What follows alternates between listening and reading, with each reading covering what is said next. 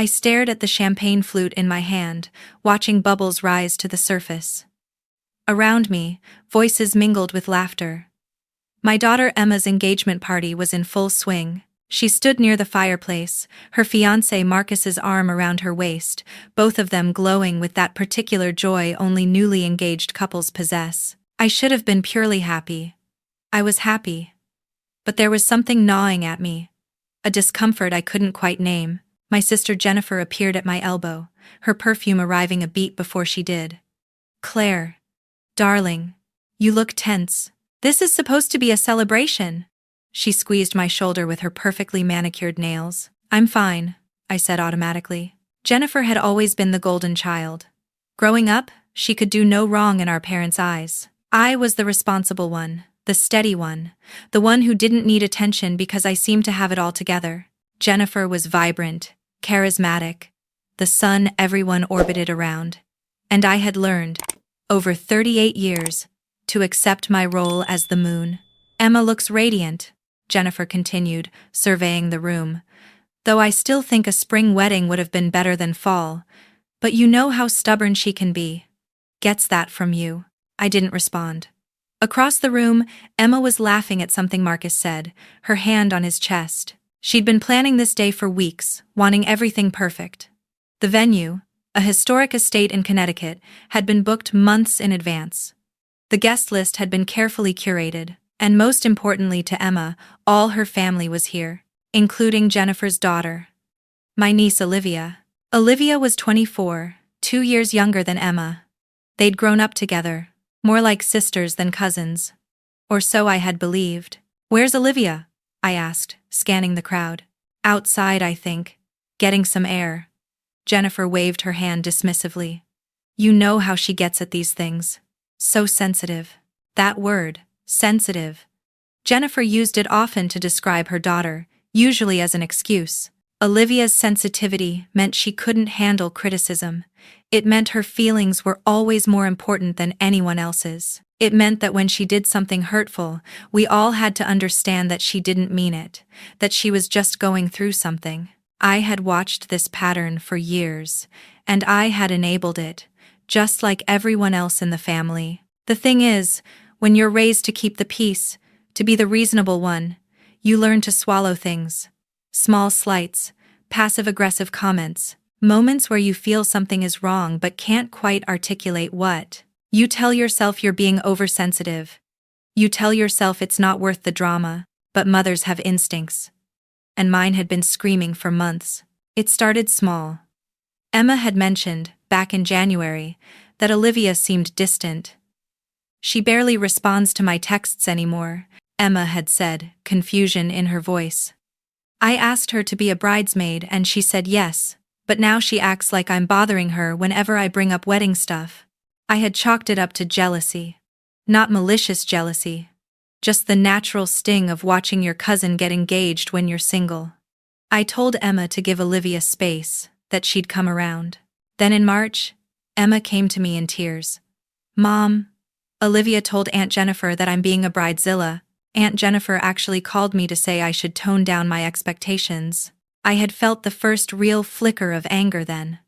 I called Jennifer, kept my voice level. Explained that Emma was just excited and wasn't making unreasonable demands. Jennifer had laughed it off. "You know how Olivia exaggerates. She loves Emma. She's just stressed with work." Another excuse. Another time I swallowed my words. By June, Emma had stopped talking about Olivia altogether.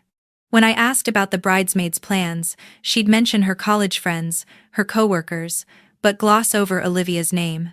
I noticed, but didn't push. And then, 2 weeks ago, Emma came to my apartment. It was late, past 10. Marcus was with her. They both looked shaken. "Mom, I need to show you something," Emma said. Her hands were trembling as she pulled out her phone. "I wasn't going to tell you. I thought I could handle it. But Marcus thinks you should know." What she showed me made my blood run cold. Screenshots. Dozens of them. Text messages from Olivia to Marcus. It had started innocently enough months ago, Olivia reaching out to ask about surprise party ideas for Emma's birthday.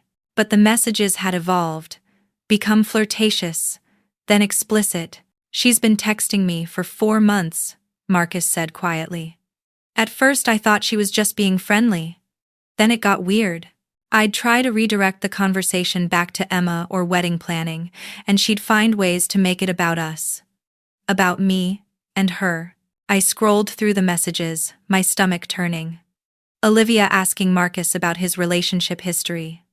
Olivia sending photos of herself in bikinis, claiming she wanted his opinion before she posted them online. Olivia saying things like, "Emma's so lucky to have you," in a way that felt anything but supportive. "Why didn't you tell me sooner?" Emma's voice cracked. "Why did you respond to her at all?" "I didn't know how," Marcus admitted. "She's your cousin. She's your family." I kept thinking maybe I was reading too much into it. And when it did become obvious, I didn't want to cause problems. But last week she asked me to meet her for coffee to discuss Emma's bachelorette party, and when I got there, she told me she'd always had feelings for me. That she knew I felt it too. That Emma would never have to know. Emma had been sobbing as she told me this. I trusted her, Mom. I told her everything about my relationship. She was one of the first people I called when Marcus proposed. And the whole time, she was doing this. I had held my daughter while she cried, rage building in my chest like a living thing. But even then, Emma had made me promise not to confront Olivia right away. "Not until after the engagement party," she'd said. "I don't want to ruin it. I don't want the drama." So I had agreed. I had smiled and planned and pretended everything was fine. And tonight, Olivia was here, playing the role of supportive cousin, wearing a pale pink dress that was just a shade too similar to Emma's, her makeup flawless, her smile bright. Jennifer was still talking beside me. Something about the flower arrangements. I wasn't listening. I was watching the doorway, where Olivia had just reappeared from outside. She was on her phone, typing rapidly. A small smile on her face. Emma saw her at the same moment I did. I watched my daughter's shoulders stiffen, watched her lean in to whisper something to Marcus. He nodded, his jaw tight, and pulled her closer. "I'm going to get more champagne," I told Jennifer, not waiting for a response. I made my way through the crowd, accepting congratulations, smiling at relatives. But I was moving with purpose toward Emma and Marcus. "Sweetheart," I said softly, touching Emma's arm. "Can I steal you for a moment?" We moved to a quiet corner, near the French doors that led to the terrace. Marcus came with us. "I know what you're thinking," Emma said before I could speak. "But please, not tonight. I can handle it." "You shouldn't have to handle anything," I said. "Not today, Mrs. Peterson," Marcus said, using my married name even though I'd been divorced for 5 years. "Emma wants to get through tonight without incident. We've decided to address it after the party." I looked at my daughter. Really looked at her. She was wearing her smile like armor. The same way I had worn mine for years. The same way I'd taught her to. By example. "Do you remember what you told me when you were 7? I asked suddenly. "You came home from school crying because a girl in your class had been spreading rumors about you. You wanted to pretend it wasn't happening because you didn't want to cause trouble. And I told you that sometimes causing trouble is exactly what you need to do. That staying silent doesn't make you strong, it just makes the other person more powerful." Emma's eyes filled with tears. "Mom, I didn't follow my own advice," I continued. "I've spent my whole life keeping the peace with your Aunt Jennifer and your grandmother and everyone else who expected me to just smile and nod. And I taught you to do the same thing. But not tonight. Tonight? You get to decide how this goes." Marcus squeezed Emma's hand. "Whatever you want to do. I'm with you." Emma looked between us, then out at the party. Her party. The celebration of her future with someone who loved her. And I saw the moment she made her decision. "I want everyone to know what she did," Emma said quietly. "I want people to understand why she's not in my wedding. Why I'm done with her." My heart swelled with something fierce and protective. "Then let's do it right." 20 minutes later, Emma stood by the fireplace again, Marcus at her side. Someone had clinked a glass for toasts, and Emma's maid of honor had just finished a sweet speech about college memories and true love. Jennifer, ever the center of attention, had stepped forward next. "I'd like to say a few words," she announced, not waiting for permission. Emma, watching you grow up with Olivia has been one of the greatest joys of my life. You two were inseparable, like the sisters I always wished I'd given Olivia, and I know she's so thrilled to stand beside you on your big day. Olivia smiled from across the room, raising her glass. Emma waited until Jennifer finished, until the applause died down. Then she took the microphone. "Thank you, Aunt Jennifer," Emma said, her voice steady. "Actually, there's been a change to the wedding party that I need to announce." The room grew quiet. I stood near the back, my heart pounding. "Olivia won't be a bridesmaid after all," Emma continued. "In fact, she won't be attending the wedding." Confused murmurs rippled through the guests. Olivia's smile faltered. Jennifer's eyes widened. "Emma, honey, what?" Jennifer started. Emma held up her hand. "Please, let me finish. For months, while I was planning what's supposed to be one of the happiest days of my life, my cousin has been sending inappropriate messages to my fiancé, explicitly flirting with him, trying to arrange secret meetings. And 2 weeks ago, she told him she had feelings for him and suggested they could be together without me knowing." The silence was absolute. You could have heard a pin drop. Olivia's face had gone white. "That's not Emma. You're taking things out of context." "I have all the messages," Marcus said calmly, pulling out his phone. "Months of them. Would you like me to read some out loud? Or should we let this be the end of it?" Jennifer's champagne flute slipped from her fingers. It hit the hardwood floor with a sharp crack, glass and liquid spreading across the boards. "Emma, this is inappropriate. If there's been some misunderstanding between you girls, this is not the time or place." "When is the time?" I found myself speaking, moving forward through the crowd. "When would it be appropriate for my daughter to address the fact that her cousin has been trying to seduce her fiancé? Should she wait until after the wedding? Should she just let it go?" "Claire, you're being dramatic," Jennifer hissed. "This is clearly a misunderstanding. Olivia would never—" "Mom, stop." Olivia's voice was small. Tears were streaming down her face, but there was something calculated about them. "I didn't mean for it to go this far. I was just confused.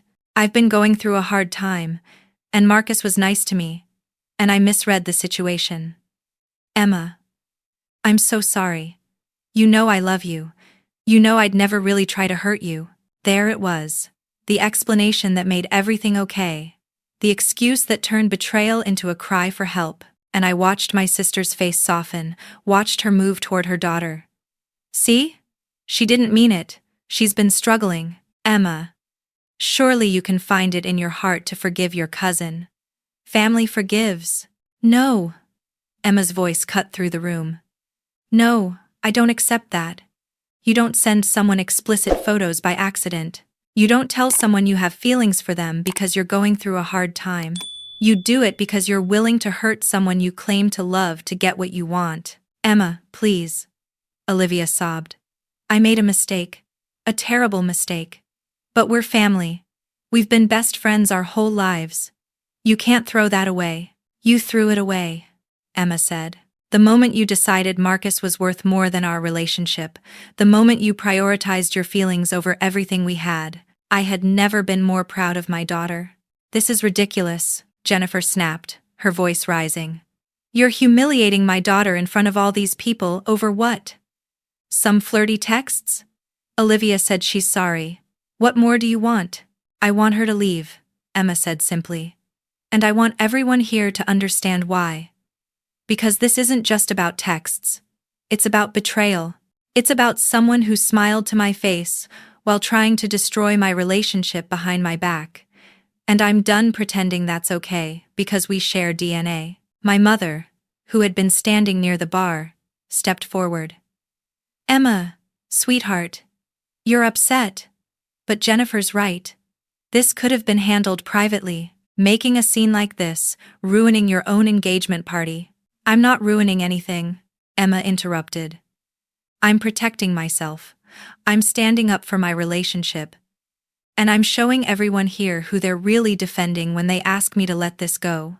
The guests were watching now like spectators at a tennis match. Some looked uncomfortable.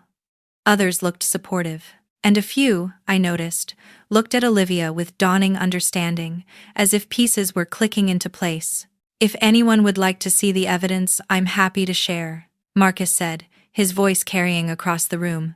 "But I'll warn you, it's not pleasant reading."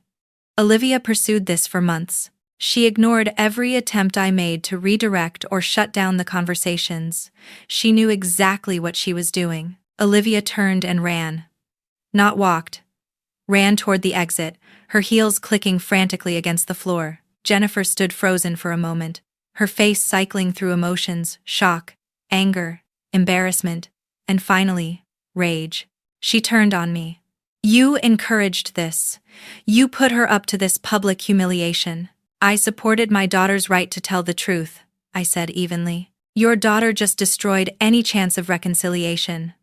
"Over what? Youthful indiscretion? A moment of weakness? You've turned her into a vindictive..." "Careful," I said. And something in my voice made Jennifer stop. "Think very carefully about what you say next about my daughter. The one who was betrayed. The one who had someone she trusted completely try to steal her future. Don't you dare make her the villain in this story." Jennifer's mouth opened and closed, then she grabbed her purse and stormed after Olivia. My mother looked between me and Emma, her expression pained. "Claire, I hope you're happy. You've split this family apart." "No," I said quietly. "Olivia did that. And you did.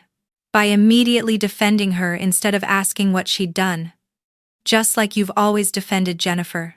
Just like you've always expected me to be the bigger person.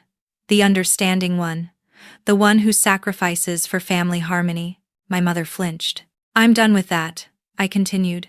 "Emma is done with that. We're done being the ones who have to forgive everything while others face no consequences." For a moment, I thought my mother might say something. But she just shook her head and walked away. The party could have ended there. Should have. Maybe. But Emma's friends surged forward, surrounding her and Marcus with hugs and support. The music started again. Someone began cleaning up the broken glass. And slowly, tentatively, the celebration resumed. But it was different now. Lighter, somehow, like a weight had been lifted.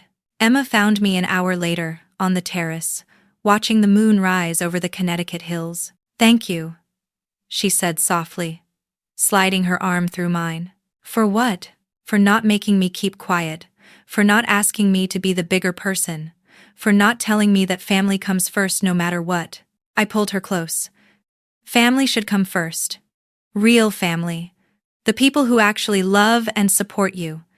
Not the people who hurt you and then hide behind blood ties. We stood in comfortable silence for a while. "Do you think Grandma will come to the wedding?" Emma asked. "I don't know," I admitted. "Maybe not. And that's going to hurt. But sweetheart, you can't set yourself on fire to keep other people warm." "Did you learn that from a therapist? From years of being burned?" Emma laughed, then sobered. "I'm glad I did it. I'm glad everyone knows. I don't want to spend my wedding day pretending everything's fine, waiting for the other shoe to drop." "Good," I said, "because you deserve a day that's completely yours, joyful and drama-free and honest." Marcus appeared in the doorway. "Sorry to interrupt, but your friend Rachel wants to do a toast. She's already 3 glasses in and getting emotional." Emma grinned. "That sounds perfect, actually." She kissed my cheek and headed back inside. Marcus lingered for a moment. "Thank you, Mrs. Peterson," he said, "for having her back, for teaching her to stand up for herself. I know that wasn't easy. Watching someone try to hurt your child is the easiest thing in the world to respond to," I replied. "I just wish I'd been better at it sooner." The party went until nearly midnight. As guests left, many of them stopped to speak with Emma privately. Several told her they'd suspected something was off with Olivia. One of Marcus's friends admitted that Olivia had tried similar behavior with him at a previous gathering. Patterns emerging, truth validated. I drove home alone, exhausted but strangely at peace. My phone buzzed repeatedly with texts from Jennifer, from my mother, from other relatives who'd heard what happened. I ignored them all. The next morning, I sat in my kitchen with coffee, finally reading the messages. "Jennifer, I can't believe you let Emma humiliate Olivia like that. My daughter is devastated. She made a mistake, Claire, that's all." "A mistake," And you turned it into a spectacle. My mother, Jennifer, called me in tears. Olivia is seeing a therapist now. She's very fragile. I hope you and Emma are satisfied. Several cousins heard about the drama at the party. That was wild, unnecessary, harsh, justified, long overdue. Opinions varied. And then, one text from Emma. Marcus and I are heading to brunch with my friends. Life's too short to waste on people who don't value us. Love you, Mom. I smiled and set my phone down. Then I started typing a response to Jennifer. Olivia betrayed Emma's trust in the deepest way possible. Instead of immediately apologizing and taking full responsibility, she made excuses. Instead of supporting the person who was hurt, you attacked the person who spoke up. That's not how family should work. Emma did nothing wrong. When you're ready to really acknowledge what Olivia did and why it matters, maybe we can talk. Until then, I'm standing with my daughter. I sent it. Then I blocked Jennifer's number. At least temporarily. My mother's text required more thought. I wanted to defend myself, to list all the years I'd been the good daughter, the one who accommodated, who never made waves. But what would be the point? Instead, I wrote, if Olivia is in therapy, that's good. She has things to work on. But Emma also deserves space to heal from what was done to her. I hope you can understand that both things can be true. It wasn't much. But it was honest. The weeks that followed were hard. Half the family took sides. Some stopped speaking to me and Emma entirely. Others reached out privately to say they supported us, but didn't want to get involved publicly. A few, surprisingly, told me they were proud of Emma for standing up for herself. Jennifer didn't speak to me at all. My mother called once, 3 weeks after the party. Claire, this has gone on long enough. Jennifer is your sister. Olivia is your niece. Surely Emma can find it in her heart to forgive by now. Has Olivia apologized? I asked. Really apologized? Not, I'm sorry I hurt you, but I'm sorry I pursued your fiancé for months. I'm sorry I tried to convince him to cheat. I'm sorry I betrayed your trust? Silence. That's what I thought, I said gently. Mom, I love you, but I'm not going to pressure Emma to forgive someone who hasn't shown real remorse. And I'm not going to pretend everything's fine when it's not. You've changed, my mother said, and she didn't sound happy about it. I hope so, I replied. Emma's wedding, 6 months later, was beautiful. Intimate. Filled with people who genuinely loved and supported her and Marcus. The bridesmaid lineup had changed 3 college friends, 2 co-workers, and Marcus's sister. They wore burgundy and gold, autumn colors that complemented the season perfectly. Jennifer and Olivia were not invited. My mother came, though she was stiff and formal throughout the ceremony. She didn't stay for the reception, but Emma glowed, radiant in a way that had nothing to do with makeup or lighting and everything to do with being surrounded by real love, real family, the people who showed up when it mattered. During the reception, Emma pulled me onto the dance floor for the mother-daughter dance. As we swayed to the music, she whispered, "I'm not sad they're not here. Is that wrong?" "No, sweetheart," I whispered back. "That's growth." "I used to think family meant forever, no matter what," she continued. "That you had to keep people in your life just because you were related. But now I think family means choosing people who choose you back, who protect you instead of protecting the people who hurt you." I held her tighter, blinking back tears. "When did you get so wise?" "I learned from the best." She pulled back to look at me. "You could have told me to let it go.